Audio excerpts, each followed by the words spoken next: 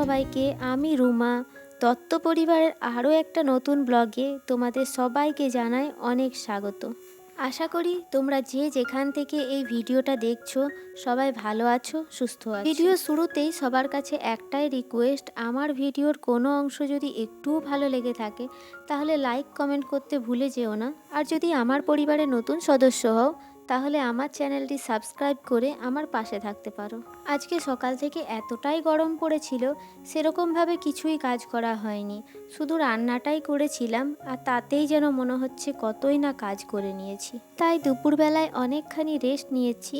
আর এখন যেহেতু বিকেল হয়ে গেছে, মুখে একটু জল নিয়ে আয়নার সামনে চলে এসেছি। ভাবছি নিজেকে আগে রেডি করে নিই, তারপর সংসারের বাকি কাজে আর কি হাত দেবো।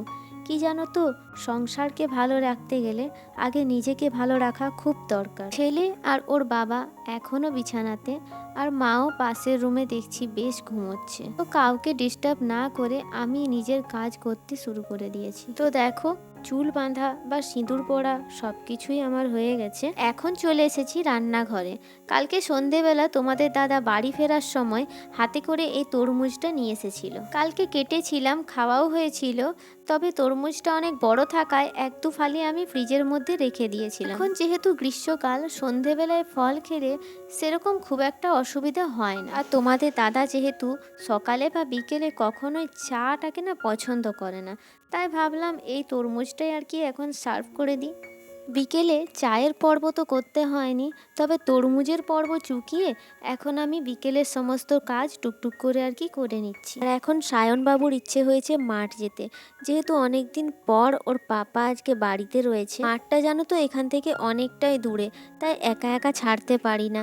আর মনে হলো যেহেতু আজকে তোমাদের দাদা বাড়িতে রয়েছে, তাহলে একটু ওর পাপার সঙ্গে ঘুরেই আর আমি এখন দোকানটা খুলে ঘরগুলো আর কি ঝাঁট দিয়ে দিচ্ছি। কি জানো তো, এই সময় ঝাঁট দিয়ে দিলে কাজটা হয়ে যায়। আর নইলে যদি কোনো কাস্টমার আসে তখন তাদেরকেও সময় দিতে হয়, তো তখন অনেক সময় দেখি যে সন্ধে হয়ে গেছে, তো তখন আর ঝাঁট দেওয়া হয় না। আর এখন চলে এসেছি রান্নাঘরে। আজকে সকাল থেকেই ভেবেছিলাম যে বিকেল দিকে একটু চিকেন স্যুপ বানাবো। সামান্য উপকরণ দিয়েই আজকে আমি এটা বানাবো। তো দেখো, প্রথমেই কড়াইতে তেল দিয়ে, আর আমি এখানে সাদা তেল ব্যবহার করেছি, আর একটু আদা কুচি রসুন কুচি দিয়ে ওটাকে আজকে নেড়ে চেড়ে ভেজে নিয়েছি। আর তারপরেই মাংসগুলো দিয়ে আর একটু নেড়ে চেড়ে নিলাম। আর তারপরে এখন নুন আর একটু গোলমরিচ গুঁড়ো দিয়ে এটাকে আবারও কিছুক্ষণ নেড়ে নেব। স্যুপ সাধারণত সেদ্ধ করেই হয়, তবে যেহেতু আমি এখানে চিকেন স্যুপ বানাচ্ছি, মাংসটাকে একটু না ভেজে নিলে না একটু কাঁচা কাঁচা গন্ধ রয়ে যায়, যেটা আর কি খেতে একদমই ভালো লাগে না। আর এখন দেখো, আমি একটু পেঁয়াজ আর গাজর দিয়ে দিয়েছি। এটাকেও বেশ বড় বড় করে কেটেছিলাম। স্যুপে এরকমই বড় বড় করে কাটলে না বেশি ভালো লাগে। আর দেখো, ওগুলোকেও একটু এখন নেড়ে চেড়ে, আর এটাকে বেশি ভাজার দরকার নেই। আর এখন জল ঢেলে দিলাম। আমি কিন্তু এই স্যুপে কোনো রকম লঙ্কার ব্যবহার করিনি, ঝাল করার জন্য আমি জাস্ট গোলমরিচেরই গুঁড়ো দিয়েছি। এখন আমার সমস্ত উপকরণ সেদ্ধ হয়ে গেছে। এই পর্যায়ে আমি একটু কর্নফ্লোর গুলে এর মধ্যে দিয়ে দিচ্ছি। আর কর্নফ্লোর দেওয়ার পরেই না এরকম ঘন ঘন নাড়াতে থাকতে হবে, নইলে কি বলো তো, কর্নফ্লোরটা না এক জায়গায় জমাট বেঁধে যায়।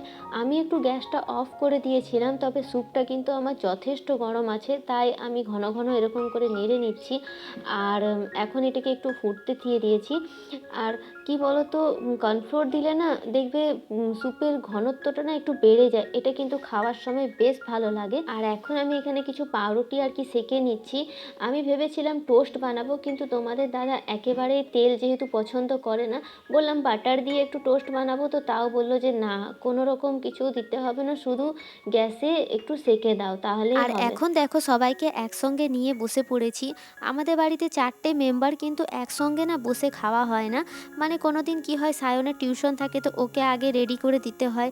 আর কখনো তোমাদের দাদা যদি তাড়াতাড়ি চলে এলো, তো আমার দোকানে কাস্টমার থাকে, তখন তোমাদের দাদাকে খেতে দেওয়া হয়, আর আমার জন্য মা আর কি অপেক্ষা করে থাকে, আমি মা পরে খাই। আর এখন যেহেতু দেখলাম কোনো কাস্টমার নেই, তাই ভাবলাম যে চলো সবাই একসঙ্গে বসে খাওয়া হোক, তারপরে না হয় অন্য কিছু কথা ভাবা যাবে।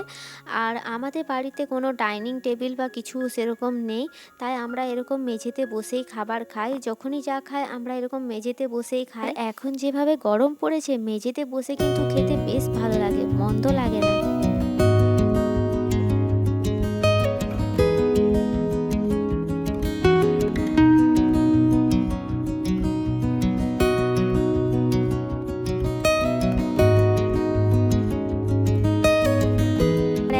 চলে এসেছি কতগুলো বাসন আর কি ধুয়ে নিতে।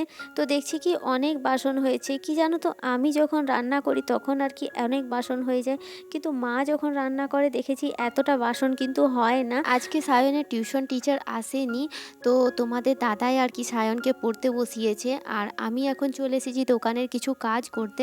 ভাবলাম এখন সময় রয়েছে, তো রাতের খাবারের কোনো তাড়া নেই। আমাদের এমনিতে রাত্রে খাওয়া দাওয়া করতে অনেকটাই দেরি হয়, প্রায় 10টা 10:30 বেজে যায়। ভাবলাম এখন অন্ততপক্ষে দোকানের কিছু কাজ করে নিই, তারপরে ধীরে সুস্থে না হয় খাবার দাবার বানানো যাবে। আর আজকে জানো তো কারেন্টটা ভীষণই আপ ডাউন করছে, কখনো হাই ভোল্টেজ কখনো আবার লো ভোল্টেজ। তোমরা এটাকে না একটু মানিয়ে নিও। আর আমি এখন কিছু কুশন কাভার কাটিং করছি। এটা ছিল ব্ল্যাক কালারের, আর প্রথমে আমারও একটু অন্যরকম লেগেছিল, কিন্তু কি বলতো, যে কাস্টমারের যেমন পছন্দ সেটা নিয়ে আমার কিন্তু কিছু মন্তব্য করার কিছুই নেই। আর আমি এরকম সব রকমই কাজ করি, কারণ দেখবে কাস্টমার ধরে রাখতে গেলে তাদেরও কিছু আবদার আমাদেরকে আর কি মেনে নিতে হয়। এখানে 4টে কুশন কাভার আমাকে কাটিং করতে দিয়েছিল, তো দেখো কাটিং করা আমার হয়ে গেছে, আর এখন আমি সেলাই করতে বসে পড়েছি। তবে কাস্টমার যদিও আমাকে কোনো তাড়া দেয়নি, সে আমাকে সময় দিয়েছে যে আমার সময় মতো আমি তাকে করে দেব। তাও আমারও মনে হচ্ছে যে করে দিলেই আর কি কাজটার হয়ে যায়। কি মনে হয় জানো, কেউ যদি নিতে আসে আর আমি তাকে বলবো না হয়নি, এই জিনিসটা কিন্তু আমার খুব খারাপ লাগে। আমার মনে হয় কেউ যদি চায় তাহলে আমি যেন সেই সময় তাকে দিয়ে দিতে পারি, রেডি করে রাখলে আমার মনে হয় বেশি ভালো হয়। আর এখন যেহেতু সময় রয়েছে, মনে হলো যে একটা কি দুটো অন্ততপক্ষে করে রাখি, তারপর না হয় বাকিগুলো পরে করব। তো দেখো আমি একটাই কমপ্লিট করতে পেরেছি, আর এখন চলে এসেছি এই বাসনগুলো আর কি গুছিয়ে নিতে।